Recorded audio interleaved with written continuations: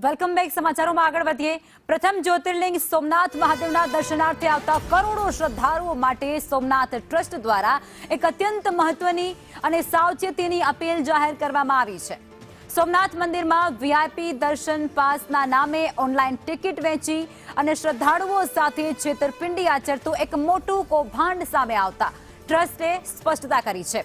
ટ્રસ્ટે કહ્યું છે કે સોમનાથ મંદિરમાં વીઆઈપી પાસ આપવામાં નથી આવતા, આવી કોઈ જ પ્રથા ત્યાં અમલમાં નથી।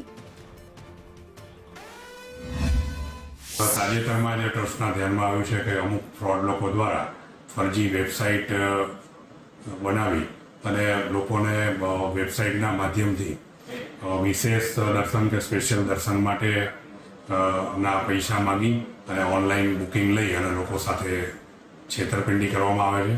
ટ્રસ્ટમાં વીઆઈપી કે સ્પેશિયલ દર્શનની કોઈ પ્રથા પહેલેથી છે જ નહીં કે આવું વીઆઈપી દર્શન માટે કોઈ ટ્રસ્ટમાં વ્યવસ્થા જ નથી, જેથી દરેક શ્રદ્ધાળુઓને ધ્યાનમાં લેવું એમાં ચેતવવામાં આવે છે કે અને આજ મુદ્દે સંવાદદાતા રાકેશ અમારી સાથે જોડાઈ ચૂક્યા છે। રાકેશ, સોમનાથ મહાદેવના દર્શન કરવા માટે વીઆઈપી પાસ આપી કે એવી કોઈ ટિકિટ આપવાની એક છેતરપિંડી ચાલી રહી છે અને ટ્રસ્ટે હવે ખુલાસો કર્યો છે, વિગતો શું છે?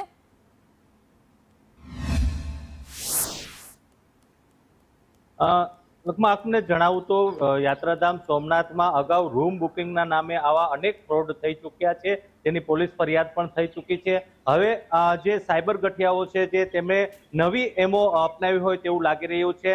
વીઆઈપી દર્શનના નામે ઓનલાઈન છેતરપિંડી અને ઓનલાઈન પૈસા ઉઘરાવવામાં આવતા હોવાનું ટ્રસ્ટના ધ્યાને આવ્યું છે। ટ્રસ્ટ દ્વારા આ બાબતે સુરક્ષા એજન્સીઓને પણ જાણ કરવામાં આવી છે અને તપાસનો ધમધમાટ પણ શરૂ કરી દેવામાં આવ્યો છે અને આજ માટે સોમનાથ મંદિર ટ્રસ્ટ દ્વારા યાત્રાળુઓને ખાસ ચેતવણી આપવામાં આવી છે કે સોમનાથ મંદિરમાં ખાસ કરીને આવા વીઆઈપી દર્શન કે વીઆઈપી પાસની કોઈ જ વ્યવસ્થા નથી, જેથી કરીને કોઈ શ્રદ્ધાળુ અથવા યાત્રાળુએ ઓનલાઈન છેતરપિંડીનો ભોગ ન બનવો, ક્યાંય પેમેન્ટ ન કરવું। આ ઉપરાંત રૂમ બુકિંગમાં પણ આ પ્રકારની અનેક છેતરપિંડીઓ ચાલી રહી છે।